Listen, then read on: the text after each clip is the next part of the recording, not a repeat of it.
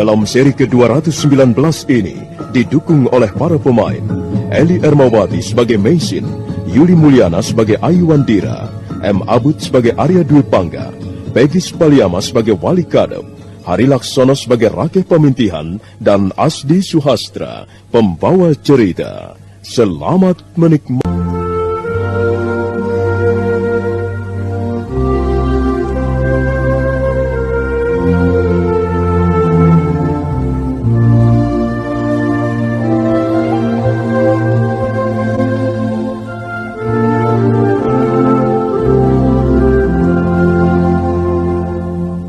Sekalipun Meisin sudah menuruti keinginan putrinya, dia sudah resmi menjadi istri Arya Dwi Pangga. Tapi nampaknya Ayu Wandira masih belum puas. Dia menginginkan yang lain. Dia ingin melihat dua orang tuanya hidup berdampingan, rukun dan damai seperti orang-orang tua yang lain. Meisin tersenyum. Entah mengapa, kali ini dia tidak ingin berkeras hati.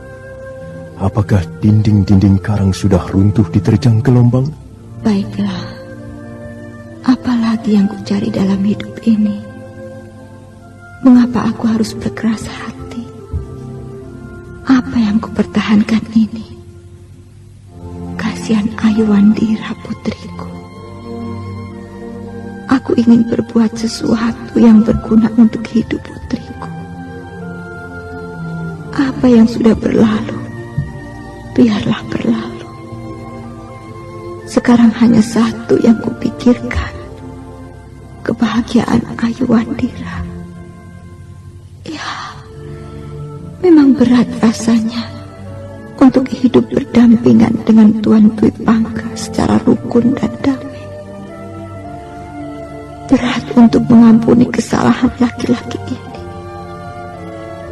Tapi kalau aku masih tegar berdiri, jiwa putriku akan senantiasa goncang. Karena itu, sebaiknya aku mengalah saja. Ayo ibu, ayo kita temui ayah di ruangan belakang. Apakah kira-kira ayahmu belum tidur, Ayu?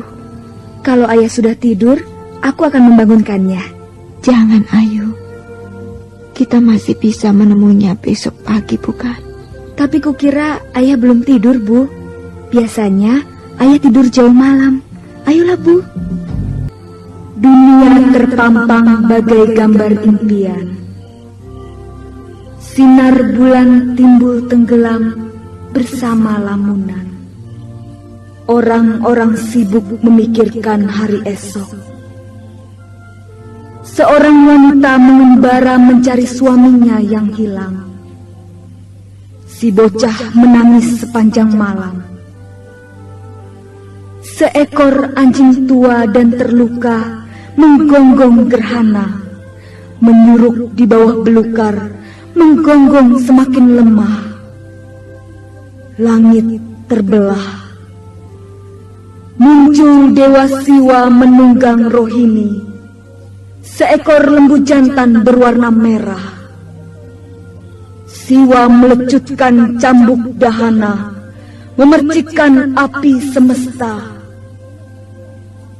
Langit menjadi gelap gulita.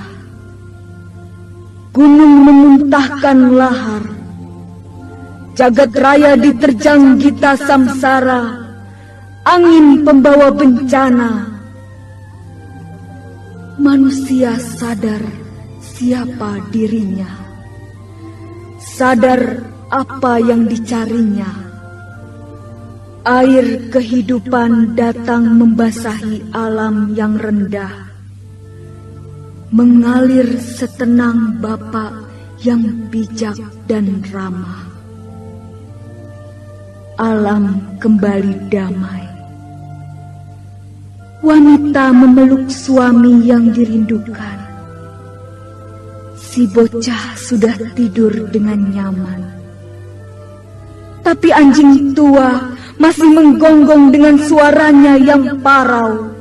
Dia menggonggong sampai pagi tiba. Matahari naik semakin tinggi dan orang-orang bertebaran mencari rejeki. Tak seorang pun melihatnya. Tak seorang pun menengoknya. Anjing tua terluka mati sendiri. Itu syair paling buruk yang pernah kutulis, Ayu. Syair ini indah sekali, tapi isinya sangat menakutkan. Bagaimana pendapat Ibu? Ibu? Ayah, aku datang kemari bersama Ibu. Ibu sudah sejak tadi duduk di depan Ayah. Kau tidak mengatakan bahwa kau datang bersama ibumu. Saya sependapat dengan Ayu. Syair itu indah, tapi isinya sangat menakutkan. Sepertinya syair itu bicara tentang keputusasaan, ketidakadilan. Saya hanya sekedar menulis, Nona Mesin. Tapi syairmu meluap-luap, Ayah. Syairmu meledak-ledak seperti letusan gunung berapi. Sudahlah. Jangan bicara soal syair itu lagi. Tidak biasanya kau datang kemari bersama ibumu, Ayu. Bahkan sudah beberapa hari ini kau tidak menjengukku. Kami sudah memperoleh kata sepakat. Kami memutuskan menjenguk Ayah bersama-sama. Aku tidak pantas memperoleh kehormatan seperti ini. Apalah artinya seorang manusia yang bernama Arya Dwi Pangga? Hidupku sudah ambruk. Aku sudah menjadi sampah busuk. Ayah, jangan berkata seperti itu. Kau masih memiliki kami. Apa benar begitu? Apakah aku masih memiliki sesuatu di dunia ini? Rasa-rasanya tidak. Apa yang pernah kumiliki sudah musnah diterjang angin. Rasa-rasanya aku tidak memiliki apa-apa lagi kecuali sisa-sisa hidupku. Tuan Dwi Pangga. Iya, Nona Mesin. Setelah saya renungkan secara mendalam, sepertinya kita perlu memperbaiki hubungan ini. Apakah maksudmu, Nona Mesin? Ibu bersedia memaafkanmu, Ayah. Ibu ingin hidup berdampingan bersama Ayah secara rukun dan damai. Aku tidak pantas menerima kemuliaan seperti itu. Aku sudah cukup puas dengan apa yang kuterima sekarang ini. Sudahlah, Ayu. Kau pun harus puas menerima kami sebagaimana adanya. Tuan Dwi Pangga, saya menyesal sekali. Entah mengapa, baru sekarang ini saya menyadari kekeliruan saya yang besar. Bagaimanapun juga, Tuan adalah orang tua laki-laki Aywandira. Selama ini saya telah memperlakukan Tuan dengan tidak adil. Dan saya ingin memperbaiki sikap itu. Saya ingin melihat putri saya bahagia dalam arti yang sesungguhnya. Dan hal itu tidak mungkin diperoleh selama kita masih hidup dengan cara seperti ini. Saya sudah menerima nasib, Nona Mesin. Keinginan saya tidak banyak lagi. Demikian pula saya, Tuan Dwi Pangga. Saya sudah semakin tua. Apalagi yang saya cari dalam hidup ini? Dendam itu telah bergerak di dasar hati saya. Dendam itu seolah-olah telah menyatu dengan darah dan sumsum saya. Tapi akhirnya saya menyerah. Saya tidak perlu mempertahankan sesuatu yang justru bisa menghancurkan hidup putri saya. Saya memang keras hati, tapi saya juga manusia biasa. Saya punya kelemahan. Apa yang saya lakukan sikap dan pendirian saya selama ini kepada Tuhan belum tentu banyak gunanya. Karena itu Tuan Dwi Pangga, maafkan saya. Maafkan Meisin.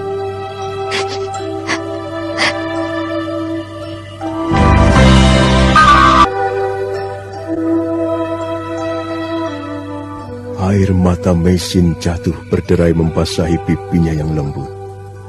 Wanita cantik berkulit putih bagaikan susu itu berlutut di depan seorang laki-laki yang duduk di atas ranjang bambu.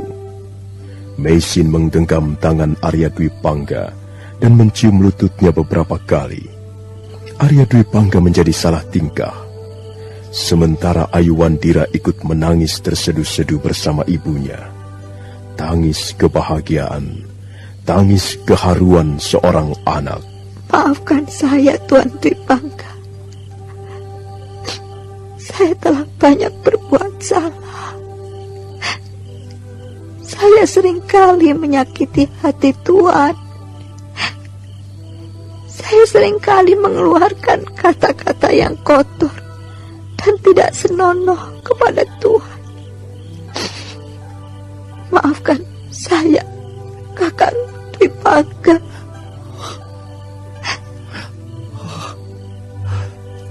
Nona Meisin, Nona Meisin, jangan begitu, Nona. Nona tidak pantas berlutut seperti ini. Sayalah manusia yang paling berdosa. Saya memang tidak pantas diampuni. Sekalipun saya orang tua kandung Ayuwandira, tapi saya telah berbuat kotor kepada Nona. Saya ini memang manusia kotor. Saya pantas menerima nasib seperti ini. Sekarang semuanya sudah berlalu, Kakang Dwi Pangga. Kita akan segera menjadi orang-orang tua. Kita harus segera memikirkan orang-orang yang lebih muda. Karena dunia ini akan segera menjadi milik mereka. Syukur, Dewata Agung. Masih juga kau berikan sedikit kegembiraan bagiku di hari tua ini. Dulu kau mencampakkan nasibku di atas tanah yang gersang. Aku menjerit siang dan malam memikul beban penderitaan. Kau butakan mataku. Kau cabut kekuatanku. Kau campakkan keberanianku. Dan sekarang kau berikan secangkir kegembiraan di hati Arya Dwi Pangga. Terima kasih, Dewata Agung. Memang semuanya kau yang mengatur. Buruk dan baik adalah kepunyaanmu. Susah dan senang darimu juga datangnya. Terima kasih, wahai Dewata Agung. Terima kasih, Nyai Paricara. Kau benar-benar seorang wanita yang bijaksana. Kebijaksanaanmu akan terus memancar, menerangi hati yang gelap. Kemuliaanmu akan melenyapkan jiwa yang resah. Dan kemurahan hatimu akan menyejukkan isi bumi.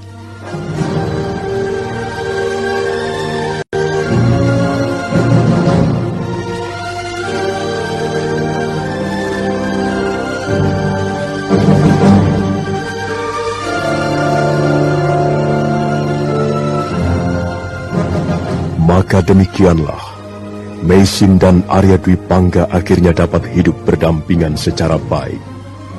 Ayuwandira merasa sangat bahagia. Hatinya melonjak kegirangan setiap kali melihat ibunya datang mengantarkan makanan ke ruangan belakang. Dalam beberapa hari itu, Ayuwandira merasa menjadi seorang anak dalam arti yang sesungguhnya. Seorang anak yang selalu mendambakan kerukunan orang tua. Keluarga yang aman tentram, tenang, dan penuh pengertian. Lihatlah Kakang Rake, Nyai Paricara sepertinya sudah memaafkan Tuan Dwi Pangga.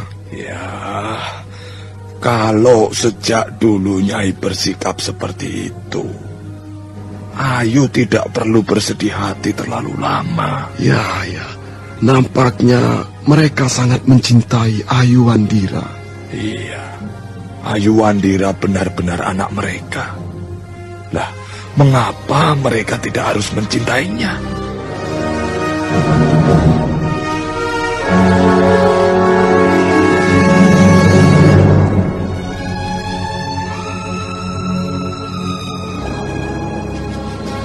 Bagaimana perasaanmu, Ayu?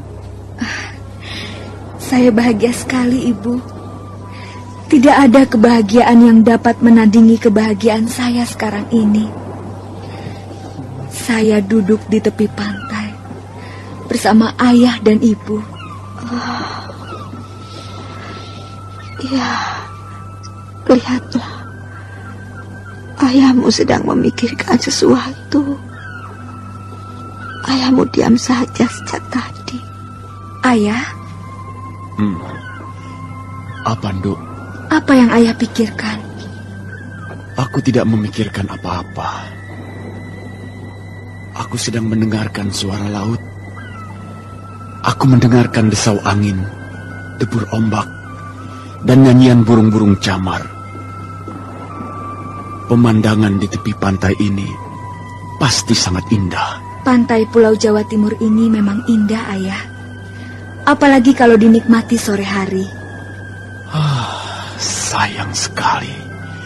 Aku tidak bisa menikmati sepenuhnya. Karena ayahmu sekarang tidak lagi punya mata.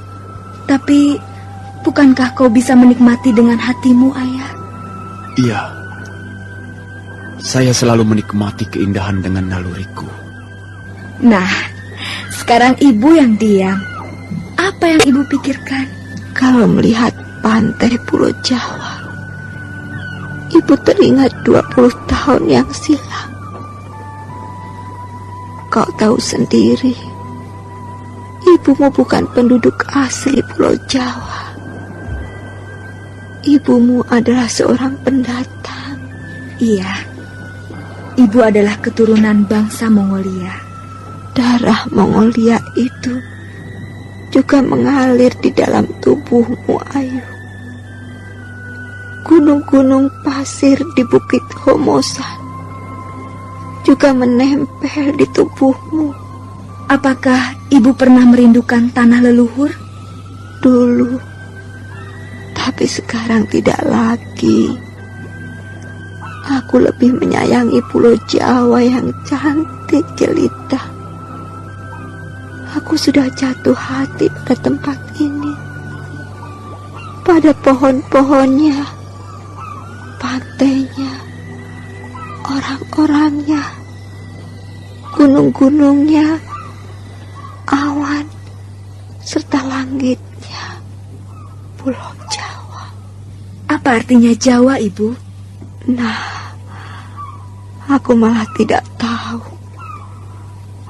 Sudah bertahun-tahun lamanya tinggal di tempat ini. Aku malah tidak tahu artinya Jawa. Barangkali ayahmu tahu, Ayu. Jawa dari asal kata juawut, Ayu. Juawut? Iya. Juawut itu tanaman sejenis padi. Juawut pernah menjadi makanan pokok bangsa Jawa. Tapi ada juga yang mengatakan Jawa dari asal kata japa. Japa artinya kata yang bertuah. Sepertinya hari sudah mulai gelap. Ayo kita pulang, ayo. Sebenarnya aku masih senang duduk-duduk di sini bersama ayah dan ibu. Kita masih bisa menikmati pantai ini kapan saja. Sekarang kita pulang. Kita sudah terlalu lama duduk di sini, Ayu. Ayah, ayo kita pulang. Kita akan makan bersama-sama seperti kemarin malam. Baiklah, angin sudah terasa semakin kencang. Mari ayah, ku papa. Pelan-pelan saja. Biarlah ibu memapah ayahmu dari sebelah sini. Kau dari situ, ya.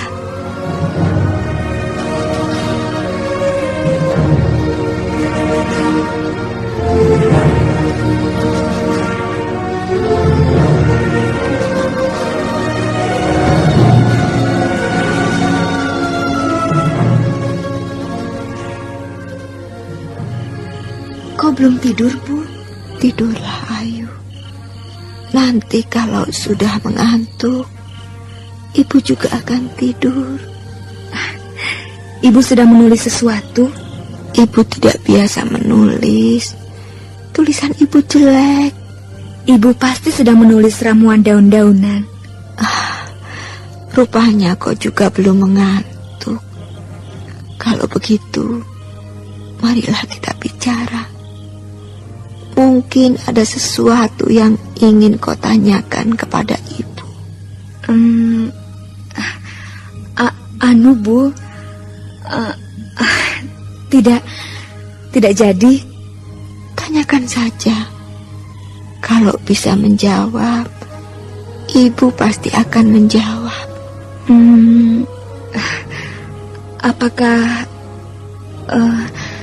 Apakah ibu masih sering teringat Paman Arya Kamandanu?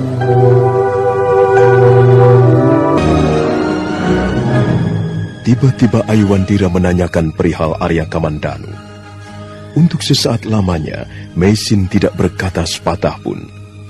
Ayuandira duduk di atas ranjang, menunggu jawaban ibunya. Ada apa, Ibu? Mengapa kau tanyakan soal itu, Ayu? Ayu hanya ingin tahu saja. Bukankah aku sudah menceritakannya padamu? Kalau saja ibu masih menjadi istri Paman Kamandanu, ibu pasti hidup bahagia.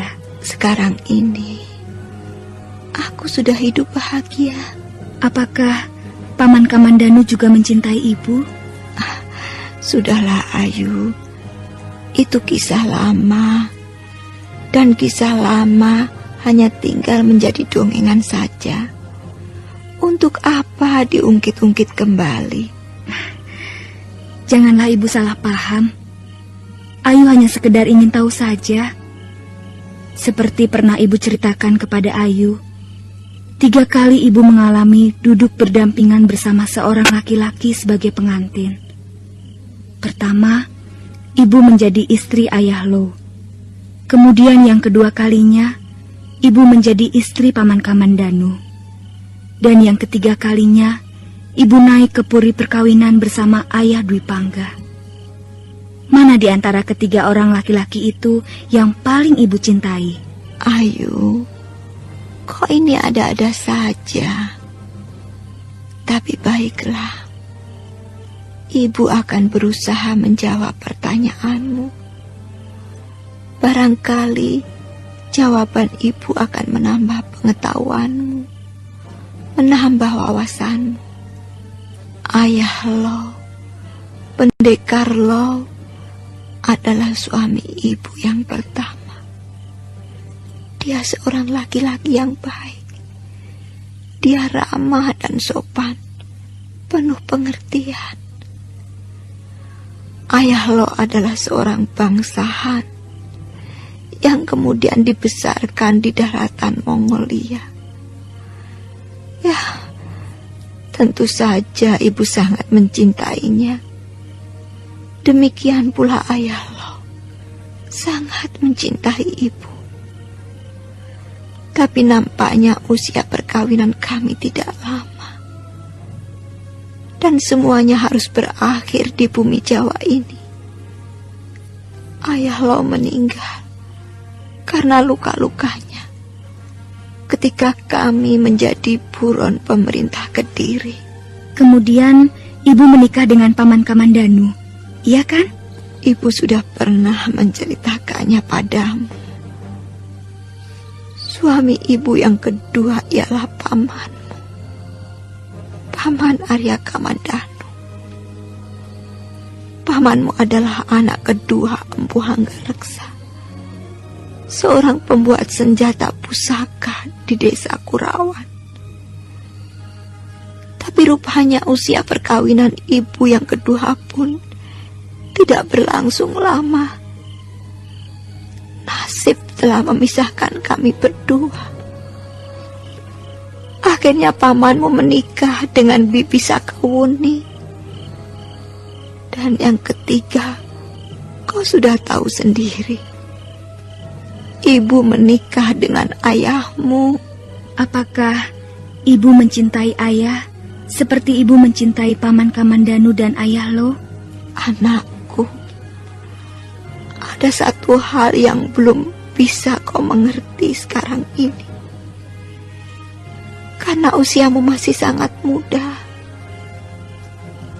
Bagi orang-orang tua, cinta bukanlah segala-galanya. Bukan berarti orang tua mengabaikan persoalan cinta. Tapi ada hal yang lebih penting dari itu. Misalnya saja soal tanggung jawab, atau hal-hal lain yang lebih berguna bagi sebuah keluarga. Kalau orang tua masih menganggap cinta adalah segala-galanya dan melupakan segi-segi yang lain, dia tidak akan mampu berbuat bijaksana. Sekarang ini, ibu sudah resmi menjadi istri ayahmu. Tentu saja ibu mencintai ayahmu. Ibu mencintai ayahmu sama besar dengan ibu mencintai paman Arya Kamandanu atau ayah lo. Bagaimanapun juga, seorang istri harus mencintai suaminya. Kalau hal itu terasa berat karena suatu sebab, dia harus terus berusaha. Ya, cinta memang barang yang sangat indah. Tapi cinta bukan segala-galanya, anakku. Kadangkala dibutuhkan sesuatu yang lain, sesuatu yang patut dikerjakan oleh orang-orang tua. Sudahlah, Ayu. Sekarang sebaiknya kau tidur, dan besok pagi kita bisa bermain-main di pantai laut. Gunung yang tinggi.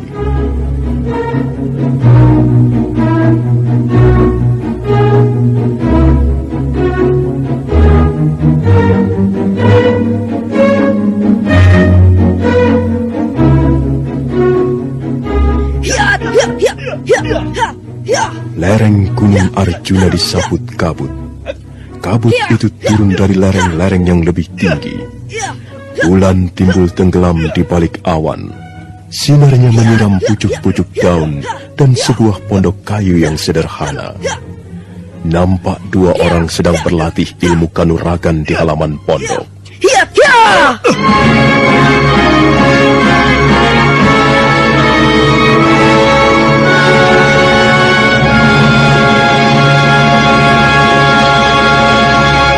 Ayah, kau tidak apa-apa, Ayah. Kau hebat, Jambunada. Kau sudah banyak kemajuan. Ayah tidak bersungguh-sungguh. Aku bersungguh-sungguh. Kalau kau dapat memukul ayahmu, artinya kau sudah banyak memperoleh kemajuan. Gerakanmu lebih lincah dan terarah. Ayo bangun lagi, Ayah. Kita teruskan, Ayah. Kita teruskan besok saja.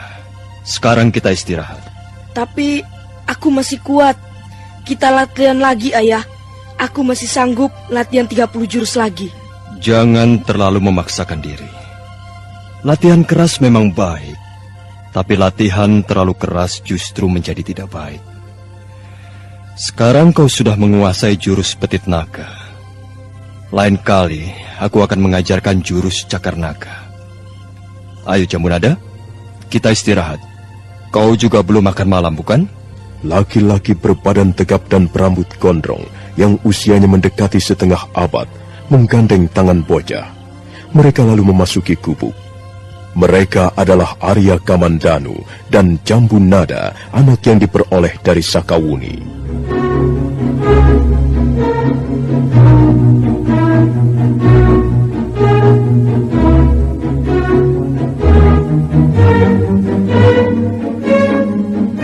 Ayah, apakah ayah dulu sering membunuh orang? Jambunada, jika kau ingin menjadi seorang pendekar, satu hal harus kau ingat. Kau tidak boleh membunuh orang. Seorang pendekar sejati pantang membunuh orang. Tapi, kalau kau bertarung dengan seseorang, kau bisa membunuh orang itu. Seorang pendekar hanya diperbolehkan membunuh kejahatan. Kadangkala kejahatan itu bersarang di hati seseorang. Dan kejahatan itu sering kali mengancam kita ataupun orang lain. Akhirnya kita terpaksa bertarung. Kalau toh orang itu binasa, kita tidak bermaksud membunuhnya. Kita hanya bermaksud membinasakan kejahatannya. Apakah di bawah sana banyak orang-orang jahat, Ayah? Orang jahat ada di mana-mana.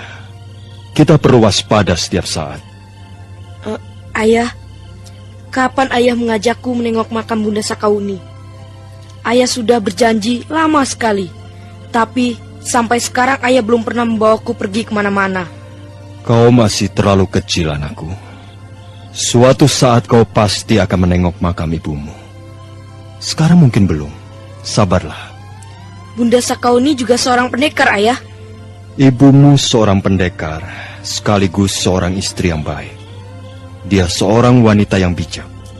Kadangkala aku bosan tinggal di sini, Ayah. Aku bosan bermain-main di hutan. Aku ingin turun ke bawah sana. Ayah, ada apa, Ayah? Lihatlah Jambunada. Ikuti telunjukku ini. Aku tidak melihat apa-apa. Lihatlah. Ada sebuah bintang yang besar di atas pohon kelapa itu. Kau bisa melihatnya? Ya, bintang itu besar sekali. Bintang itu namanya bintang Kemukus. Ada asapnya, Ayah? Iya. Kalau bintang Kemukus mengeluarkan asap, itu pertanda sedang terjadi wabah penyakit yang sangat ganas. Arahnya di sebelah sana. Apakah wabah penyakit itu, Ayah? Wabah penyakit itu penyakit menular yang menyebar di suatu daerah. Banyak orang ketularan penyakit tersebut. Dan banyak di antara mereka jatuh menjadi korban. Menurut kepercayaan para leluhur kita, wabah penyakit ganas biasanya muncul bersamaan dengan munculnya bintang Kemukus yang mengeluarkan asap. Oh, lihat, Ayah. Ada bintang beralih tempat. Lihat, besar sekali bintang itu. Ya jagat Dewa Batara. Ada apa, Ayah? Kau baru saja melihat keajaiban alam, Jambunada. Maksudmu, bintang yang beralih itu? Apakah bintang itu juga membawa wabah penyakit, Ayah? Tidak, Jambunada. Bintang beralih yang baru saja kau lihat membawa pertanda buruk. Kalau tidak salah, bintang itu tadi muncul dari arah pantai Jawa Timur. Siapa yang akan meninggal? Apa, Ayah? Meninggal? Benar, anakku. Bintang beralih itu tadi namanya bintang Rajapati. Bintang itu hanya akan nampak jika ada orang besar hendak meninggal dunia. Tapi siapa yang akan meninggal? Dan mengapa bintang itu meluncur dari pantai Jawa Timur?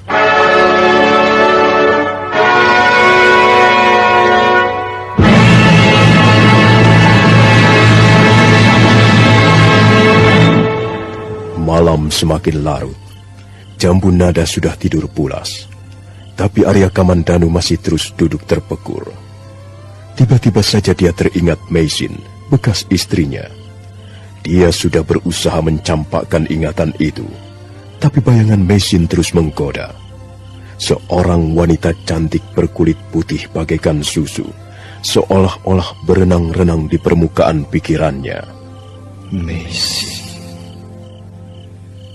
Aku tidak tahu seperti apa nasib wanita itu.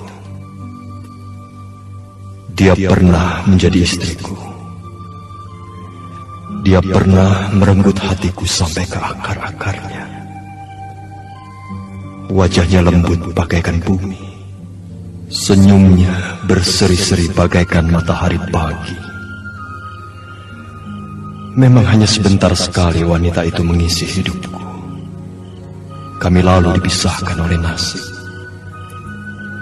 Tapi sekalipun hanya sekejap, Mesin sanggup mengukir kisah yang teramat manis.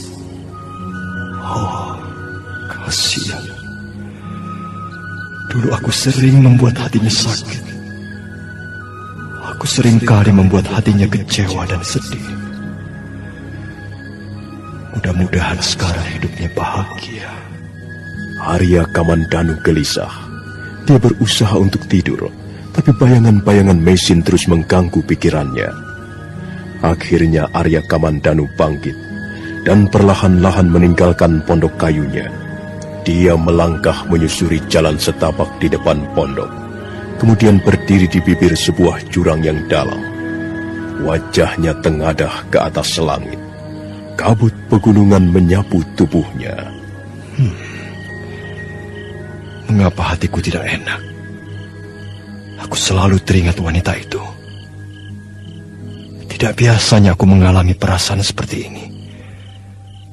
Aku selalu teringat Mesin. Aku memang pernah mencintainya. Cinta yang bermula dari perasaan kecewa. Oh, Mesin. Maafkan aku. Kau seorang wanita yang baik. Kau tabah dan setia.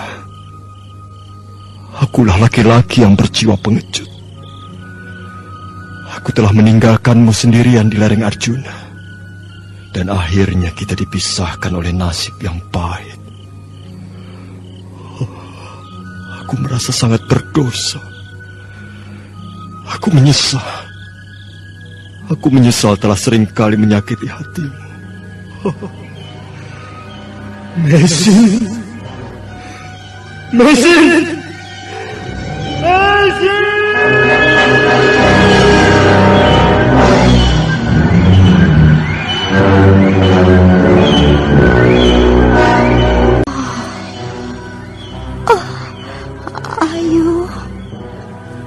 Ayu. Ibu, ada apa, Bu? Dekaplah Ibu, Ayu. Ibu dingin sekali. Ibu takut. Ibu, kau tidak apa-apa, bukan? Ibu hanya kedinginan. Dan Ibu sedikit ketakutan. Kesinilah, Ayu. Tidurlah di dekat Ibu. Oh, wajah Ibu pucat sekali. Aku tidak apa-apa. Kau tidak usah khawatir. Biarlah Ayu panggilkan Paman Wali Kadep dan Paman Rake Pamintihan. Tidak usah. Kau di sini saja, anakku. Tidurlah di dekat Ibu. Nah, begitu. Oh, Ibu pasti sedang merasakan sesuatu. Katakanlah, Bu. Katakan. Apa yang Ibu rasakan? Lihatlah, Ayu. Lihatlah perut ibumu ini. Oh, ada apa dengan perutmu, Bu? Perutmu sakit? Oh, sepertinya agak keras. Aku bahagia sekali. Sekarang aku bisa tersenyum. Dulu kau 9 bulan mendekam di perut ibu. Ibu membawamu ke sana kemari, mengembara seorang diri, sampai akhirnya kau lahir ke muka bumi. Dan sekarang kau kau sudah sebesar ini. Alangkah cantiknya anakku. Tidak aku sangka, tidak aku duga, akhirnya anakku menjadi gadis remaja. Dewata Agung memang sangat murah hati. Syukurlah, aku tidak menyesal, dan aku merasa hidupku penuh arti. Terutama sekali jika aku sedang tidur bersamamu, Ayu. Seperti sekarang ini, aku bahagia menjadi ibumu, Ayu. Ibu? Apa yang ibu bicarakan ini? Oh, lebih baik ibu istirahat saja. Ya, ibu memang ingin istirahat. Ibu sangat lelah. Oh, ibu, keringat dinginmu keluar. Kau gemetar. Ada apa sebenarnya, Bu? Kau sakit bukan? Sudahlah, kau tidak perlu mencemaskan ibumu. Kau sudah membuat hati ibumu bahagia. Sepertinya ibu sudah lebih dari cukup.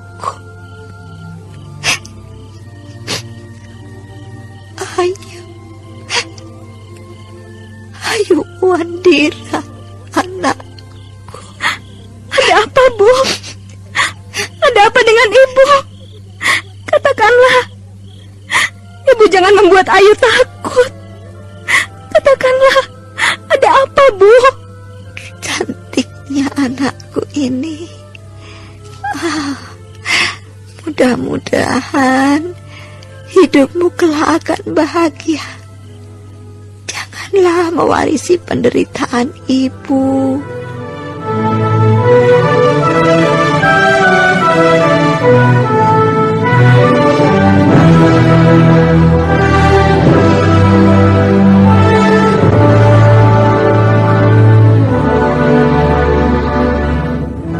Ayu Wandira menjadi kebingungan karena kata-kata ibunya. Dia melihat tingkah laku ibunya agak ganjil malam itu. Meisin memang nampak sangat lemah. Wajahnya pucat pasi dan keringat dingin mengucur deras. Ibu pasti sakit. Katakanlah, Bu. Katakanlah apa yang kau rasakan. Oh, ibu hanya merasa kedinginan, Ayu. Rasanya perut ibu agak keras. Ibu tidak apa-apa. Kau tidak usah cemas, anakku. Ibu tidak apa-apa. Tapi, Bu, tangan-tanganmu dingin. Dan kau berkeringat. Banyak sekali keringatmu. Oh, jangan-jangan kau terkena wabah penyakit menular itu, Bu. Ayu Wandira, anakku. Ibu.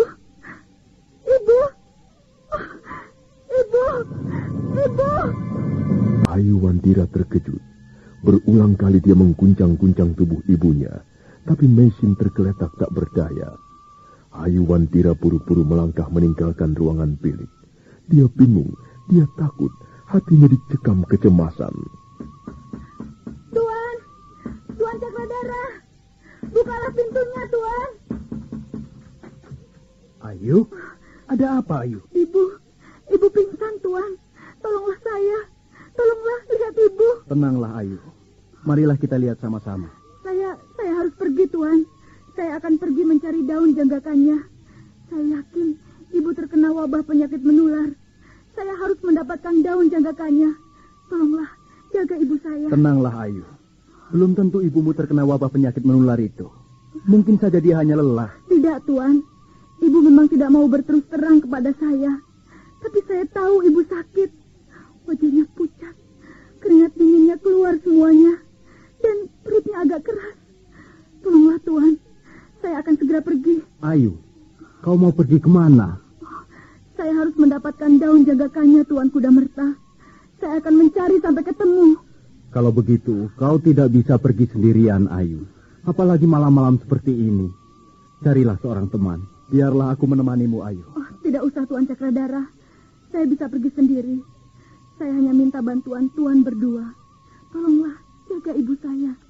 Dan tolong panggilkan Paman Wali Kadep serta Paman Rake. Tunggu, Ayu. Kau jangan pergi sendiri. Aku akan bersamamu. Ayo, kita cari bersama-sama daun itu. Mudah-mudahan kita dapat menemukannya. Ayu, Wandira, dan Cakradara melompat ke halaman. Sementara kuda mereka bergegas melangkah ke ruangan bilik mesin. Sebentar kemudian, Ayu Wandira sudah naik ke atas punggung kuda. Dan mereka pun berangkat mencari daun janggakannya.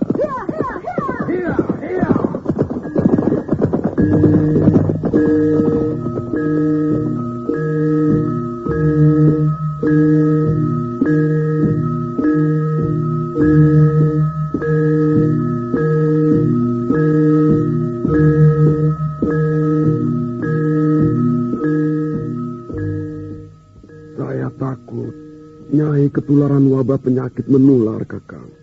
Kemungkinan seperti itu bisa terjadi, Wali Kadep.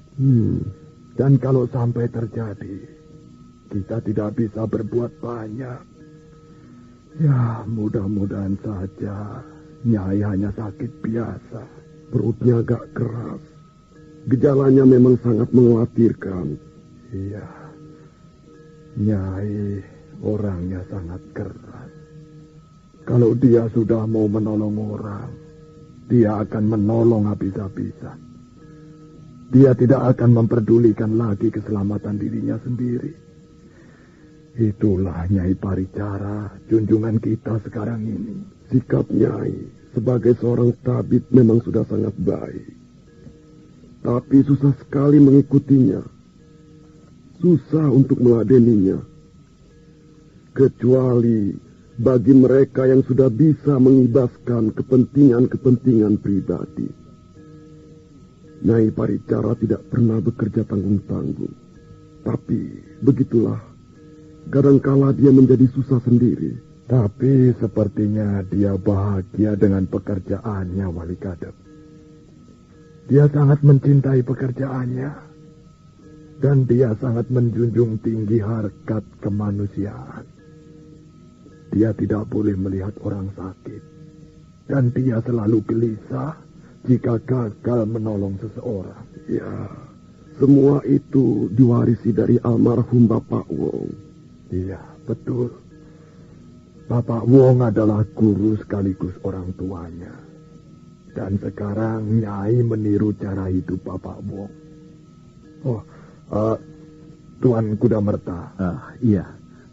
Nyai Paricara sudah sadar kembali. Silahkan bapak-bapak melihatnya. Wali Kadep, Rakeh Pamintihan, dan Kuda Merta melangkah ke ruangan bilik mesin. Dan mereka melihat mesin terbaring lemah di atas ranjang. Mesin mencoba tersenyum ketika melihat dua orang pembantunya yang setia. Bapak Wali Kadep, Bapak Rakeh. Apa yang kau rasakan, Nyai? Aku tidak merasakan apa-apa, Bapak Wali Kadep. Aku hanya merasakan ketenangan yang luar biasa. Kami semua khawatir, Nyai. Kami takut Nyai ketularan wabah itu. Ya, mudah-mudahan saja saya dapat mengatasinya. Bapak tidak usah khawatir. Oh ya, aku tidak melihat Ayu. Di mana anak itu? Ayu Wandira pergi bersama Kakang Cakradara. Pergi kemana? Nyai, Ayu Wandira pergi mencari daun janggakannya. Anak itu. Mengapa dia pergi begitu saja? Seharusnya dia tidak pergi. Seharusnya dia menunggu ibunya di sini. Dia juga takut sekali Nyai ketularan wabah penyakit menular. Mengapa semuanya mencemaskan tentang diriku? Aku tidak apa-apa. Aku ingin duduk. Sudahlah Bapak Wali Kadep. Aku bisa bangun sendiri. Kalian tenang-tenang saja. Tuan Kuda Merta. Iya, Nyai. Saya ingin bicara dengan Bapak Wali Kadep dan Bapak Rake Pamintihan. Kalau begitu, sebaiknya saya keluar, Nyai. Silahkan, Bapak.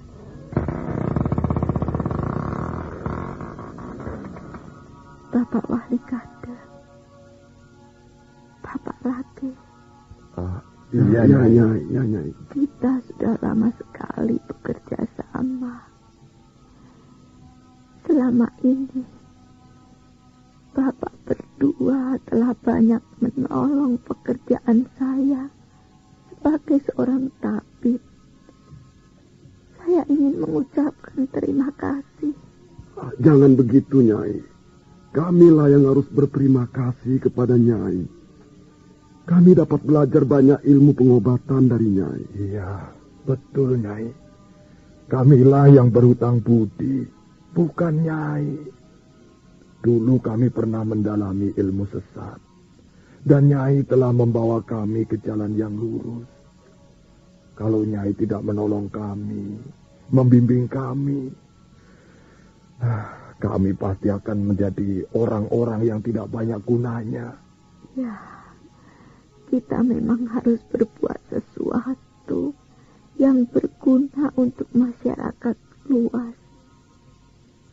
Itulah pesan yang selalu dikatakan almarhum Bapak Wong kepada saya. Sebagai seorang tabib, kita harus mendasari pekerjaan kita dengan rasa pengabdian. Itulah yang terpenting. Kadangkala memang susah sekali menjalankannya, tapi itu harus. Dan satu-satunya pintu pengabdian bagi seorang tabib ialah menolong orang tanpa pamrih, tanpa maksud-maksud yang lain. Ya, Nyai, kami sudah mengerti apa yang kau maksudkan. Namun begitu kami masih merasa susah untuk menjalankannya. Bekerja dengan pengabdian memang sangat baik. Tapi biasanya hal itu masih berubah. Biasanya orang selalu bekerja disertai pamrih-pamrih tertentu. Mungkin untuk mencari nama, mencari harta benda, ataupun mencari pujian. Baiklah, saya kira Bapak berdua sudah tahu bagaimana harus bersikap kepada orang-orang, bagaimana harus bersikap pada kehidupan ini. Tugas orang tabib ialah meringankan beban sesama hidupnya, meluruskan yang bengkok, menyambung yang patah, dan memperbaiki yang rusak. Tapi satu hal yang hendaknya selalu diingat, betapapun hebatnya seorang tabib, sebagai manusia biasa, ia mempunyai keterbatasan. Saya sering sekali mengalaminya sendiri. Kadangkala saya merasa kesulitan memisahkan antara kepentingan sesama dan kepentingan pribadi. Ya, kadangkala dua-duanya bercampur aduk. Tapi panggilan seorang tabib harus kuat, harus bergema terus-menerus di dalam rongga dada. Dan pada saat memilih nanti, memilih satu di antara dua, kita tidak akan salah pilih. Nah, sekarang saya ingin bicara tentang masa depan ilmu pengobatan yang selama ini kita tekuni bersama-sama. Bapak Wali Kadep, Bapak Rake Pamintihan. Iya, Nyai.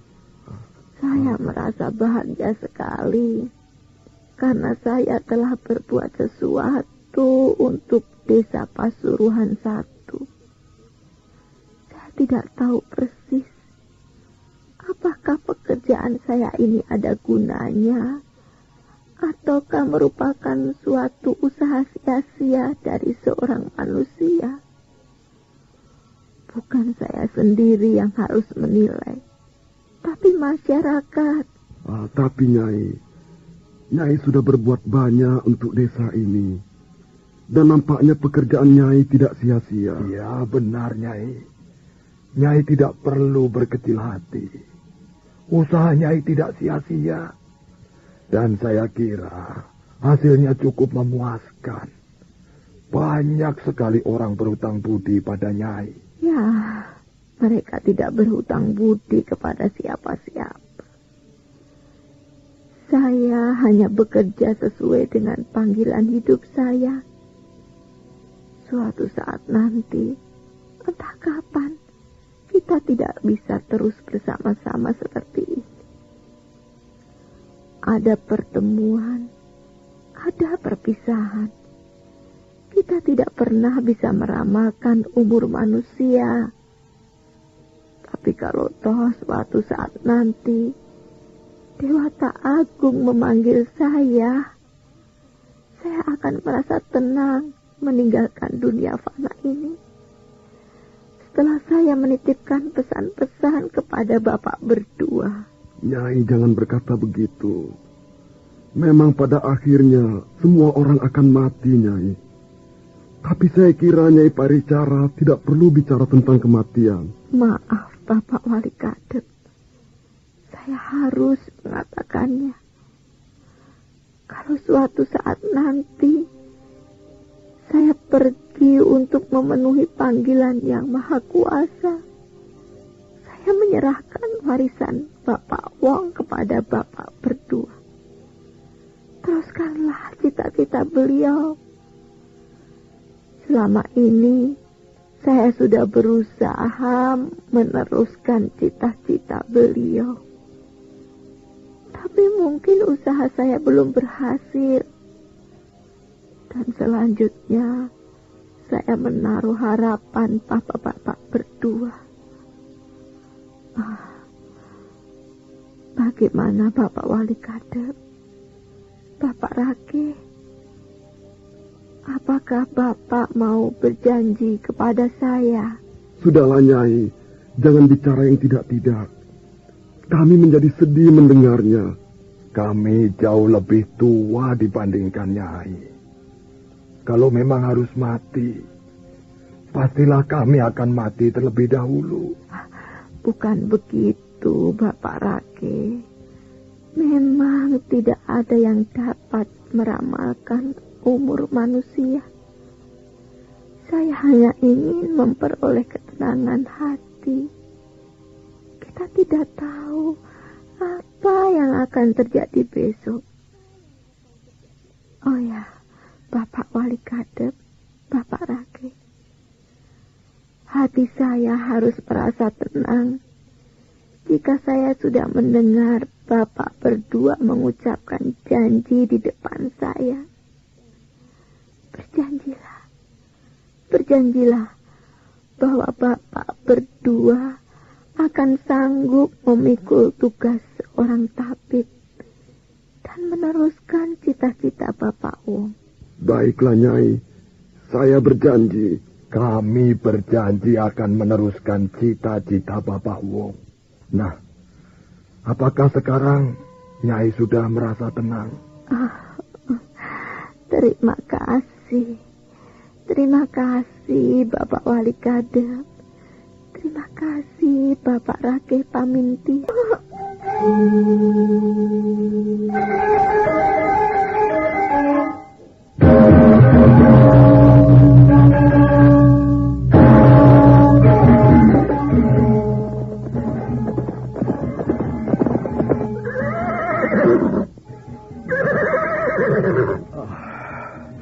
Kemana kita akan mencari daun itu, Ayu?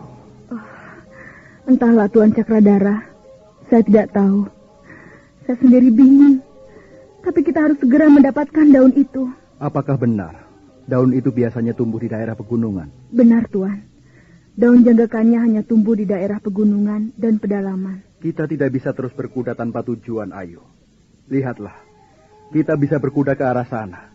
Mungkin di kaki gunung Penanggungan kita bisa mencari tumbuh-tumbuhan itu. Atau paling tidak, kita bisa bertanya kepada orang-orang. Saya setuju. Mari Tuan Cakradara, kita diburu waktu. Kita harus segera mendapatkan daun janggakannya. Ya, ya, ya, ya.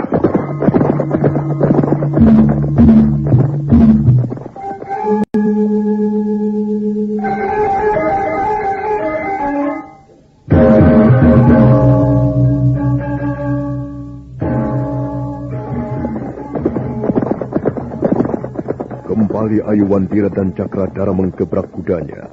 Dua ekor binatang itu berlari kencang di atas permukaan tanah. Mereka mengarah ke kaki gunung Penanggungan. Menjelang pagi hari, mereka sudah tiba di kaki gunung Penanggungan. Udara menjadi sejuk, kabut tipis menyapu pohon-pohon. Cakradara dan Ayuwandira menarik tali kekang kudanya. Kita sudah sampai di kaki gunung Penanggungan, Ayu. Oh, saya masih bingung, Tuan Cakradara. Kemana kita akan mencari daun itu? Iya, kita tidak bisa menjelajahi seluruh permukaan hutan di gunung Penanggungan. Saya kira kita perlu menanyakan kepada seorang warga desa. Ayo, kita membutuhkan petunjuk mereka. Iya, iya, iya.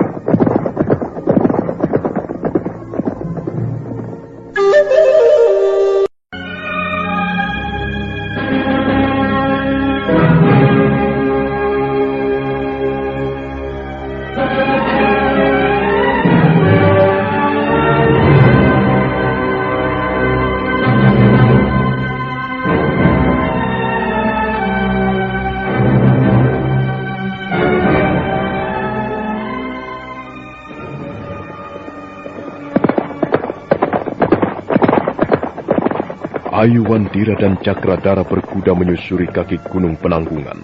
Mereka melintasi pohon-pohon liar yang tumbuh di sepanjang jalan. Mereka bermaksud mencari desa terdekat untuk memperoleh keterangan tentang daun janggakannya.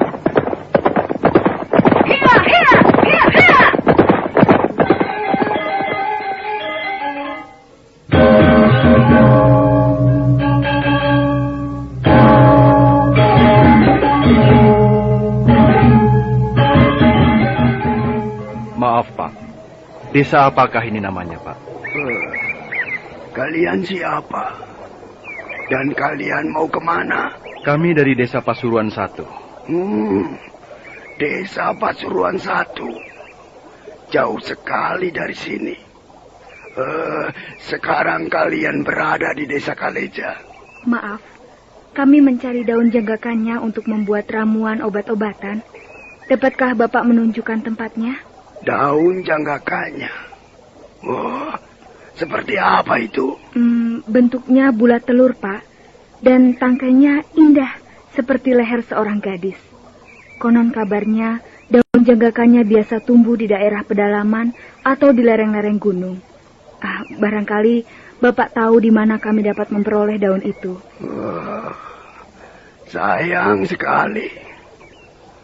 Seumur hidupku, aku belum pernah melihat daun janggakannya. Sedangkan namanya saja baru sekarang ini ku dengar.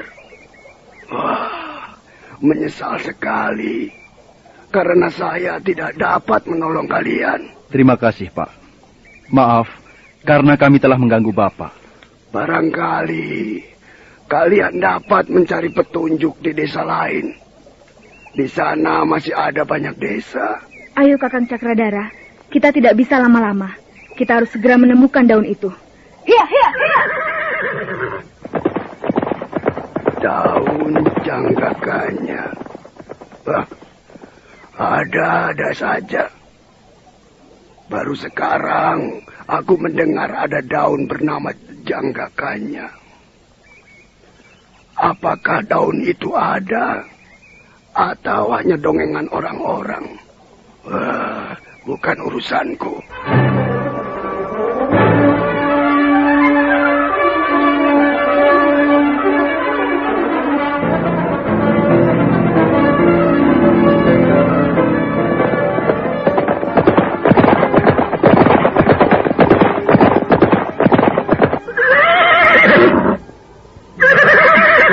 Maaf, Bu.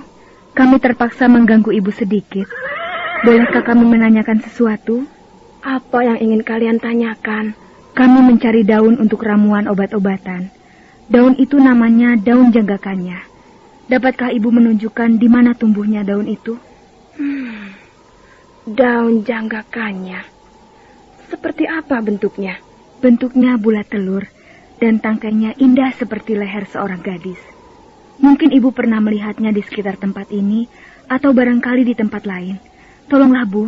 Kami sangat membutuhkan daun itu untuk mengobati seseorang. Bentuknya bulat telur? Iya, Bu. Dan tangkainya indah seperti leher seorang gadis. Barangkali kalian bisa mencari di sana, di lereng gunung itu. Di sana ada banyak sekali tumbuh bermacam tanaman liar. Mungkin salah satu di antaranya daun yang kalian cari-cari itu. Apakah di atas lereng itu masih ada desa, Bu? Tidak ada. Di atas lereng sana tidak ada apa-apa. Hanya hutan lebat. Tidak ada desa lagi. Tidak ada orang. Kalian harus berhati-hati. Tapi apakah di sana kami dapat menemukan daun yang kami cari-cari, Bu? Saya tidak tahu. Mungkin juga kalian akan menemukannya. Namanya juga hutan lebat. Tapi ada apa, Bu? Sekarang sudah sore begini. Kalau kalian mau naik ke atas lereng sana, sebaiknya besok pagi saja. Kami harus segera dapat menemukan daun itu, Bu. Kami tidak bisa membuang-buang waktu. Kalau begitu, terserah. Asal kalian berani menanggung akibatnya. Apakah di atas lereng sana banyak binatang buas? Kami, orang-orang desa Simpiran ini, tidak pernah ada yang berani datang ke sana. Apalagi kalau malam hari. Mungkin jalannya licin dan berbahaya. Bukan hanya itu. Tapi sudahlah. Lebih baik kalian menunda sampai besok pagi. Terlalu berbahaya. Kalau nasib kalian sedang sial, kalian pasti akan bertemu dengannya. Bertemu dengan siapa, Bu? Dengar baik-baik. Di atas lereng gunung Penanggungan ini, lihatlah dari sini. Nah, di atas lereng yang diselimuti kabut itu, konon menurut cerita orang-orang, ada penunggunya. Ada penunggunya? Iya. Konon kabarnya penunggu lereng itu, iblis yang berwujud manusia. Sudahlah, lebih baik kalian menunda perjalanan sampai besok pagi. Tak ada perlunya menempuh bahaya seperti itu. Terima kasih, Bu. Terima kasih atas keterangan Ibu. Mudah-mudahan kami dapat menemukan daun janggakannya malam ini juga. Mungkin kami memang harus menghadapi bahaya. Entah seperti apa wujudnya bahaya itu. Tapi kami tidak bisa membuang-buang waktu. Ayo Kakang Cakradara. Hiya. Berani sekali orang-orang itu. Aku sudah memberinya peringatan. Tapi mereka nekat. Terserah. Mudah-mudahan saja mereka tidak bertemu dengan siluman ular itu.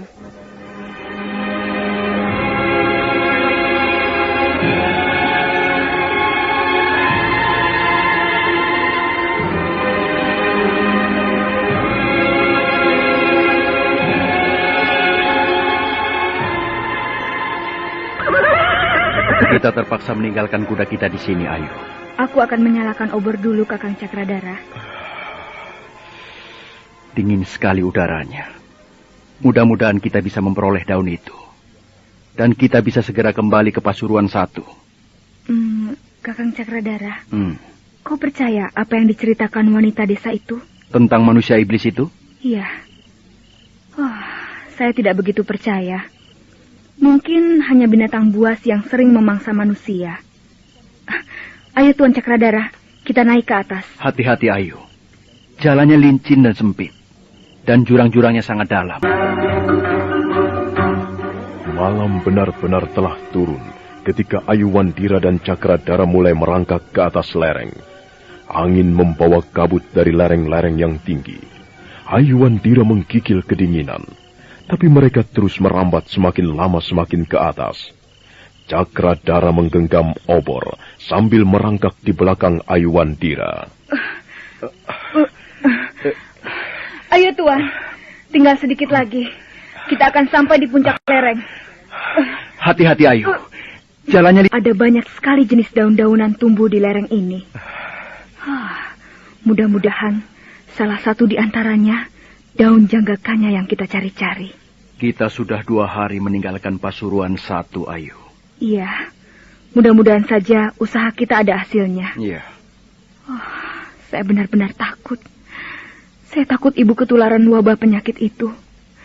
Dan menurut ibu, satu-satunya obat hanyalah daun janggakannya. Hei, lihat Ayu. Apakah itu bukan daun janggakannya?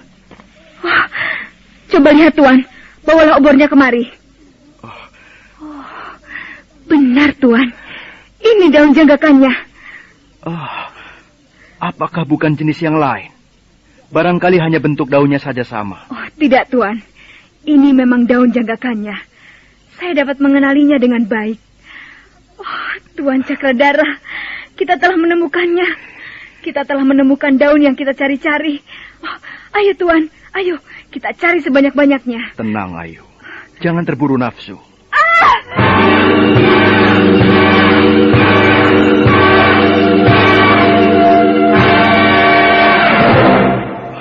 Ada apa Ayu? Mengapa kau menjerit? Lihatlah Tuan, ada seekor ular. Benar. Seekor ular belang yang cukup besar. Hati-hati Ayu. Jangan berdiri di situ. Nampaknya ular itu cukup galak. Nanti dia menyambar kakimu. Kesini Ayu. Cepat kesini. Memang benar. Seekor ular belang yang cukup besar mendesis-desis di balik sebongkah batu. Dan binatang melata itu nampaknya cukup galak. Kepalanya diangkat ke kiri ke kanan, siap untuk mematukan bisa. Ayuandira perlahan-lahan menggeser letak berdirinya, mendekat ke arah Cakradara. Diam-diam, Cakradara memungut sebuah dahan pohon yang sudah kering, kemudian mendekati ular belang itu. Diamlah Ayu, aku akan menggebuk ular ini. Kurang ajar, dia telah membuat kita kaget. Tuan Cakradara!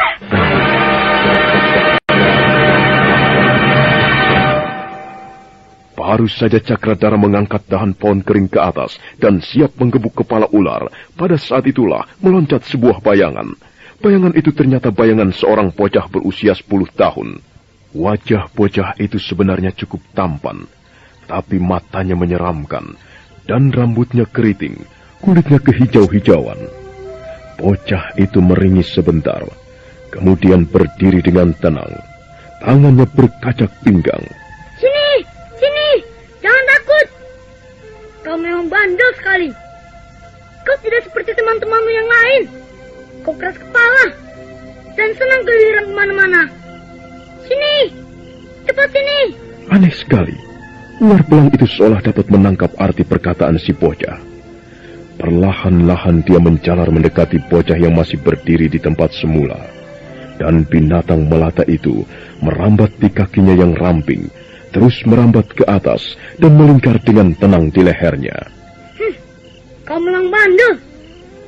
Apa saja yang kau lakukan di tempat ini? Aku mencarimu ke sana kemari.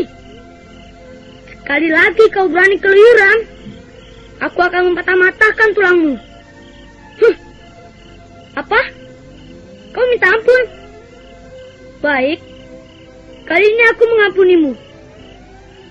Tapi jangan kau ulangi sekali lagi ya. Kau harus menuruti perkataanku. Kau rakyatku. Kau harus mengikuti perintah pimpinan. Sudah, sana pergi. Pergi dan berkumpul bersama teman-temanmu yang lain. Jangan keluyuran lagi. Ular belang itu mendadak merosot ke bawah, kemudian menjalar di sela-sela batu.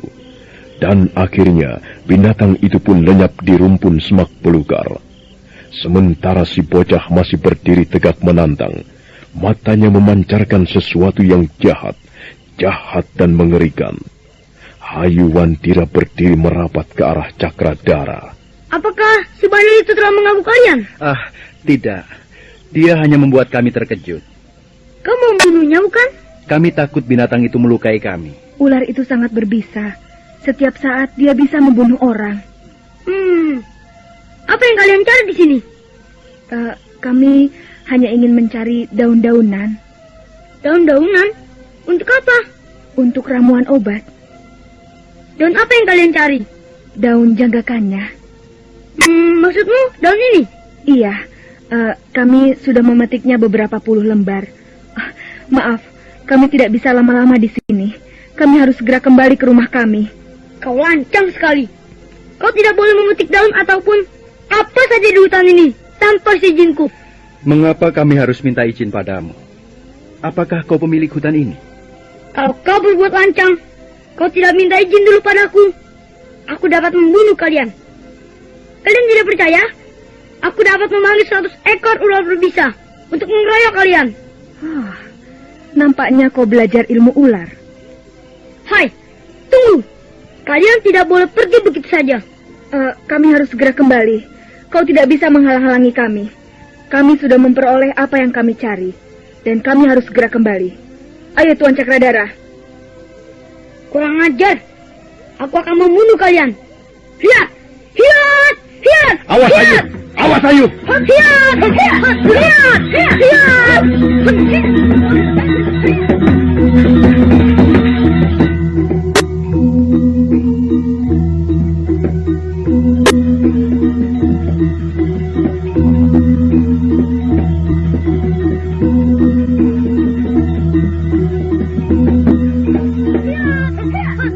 Bocah bertantang mengerikan itu segera menyerang Ayuandira dan Cakradara. Gerakannya sangat lincah. Ayuandira dan Cakradara seperti berhadapan dengan siluman hutan yang setiap saat dapat mencengkram nyawa mereka. Cakradara bertindak dengan hati-hati sekali. Dia tahu bahwa bocah itu memiliki ilmu kanuragan. Setelah beberapa saat lamanya serangannya selalu gagal, bocah itu menarik mundur kakinya beberapa langkah. Kalian jangan bersenang-senang. Aku pasti akan membunuh kalian berdua di tempat ini. Awas, berhati-hatilah sekarang. Tunggu dulu. Kukira tak ada gunanya kita bertarung seperti ini. Untuk apa? Kalian tidak boleh membawa pergi daun itu. Aku tidak memberi izin kalian membawanya pergi. Weh, apa hakmu melarang kami? Kau hanya seorang bocah. Mungkin kau belajar ilmu siluman atau ilmu ular. Tapi kami tidak takut menghadapimu. Kami harus segera pergi dan membawa daun-daun ini. Kau tidak mungkin turun dari lereng ini dalam keadaan hidup. Hiat! Hiat! Hiat! Hiat! Hiat! Hiat! Hiat!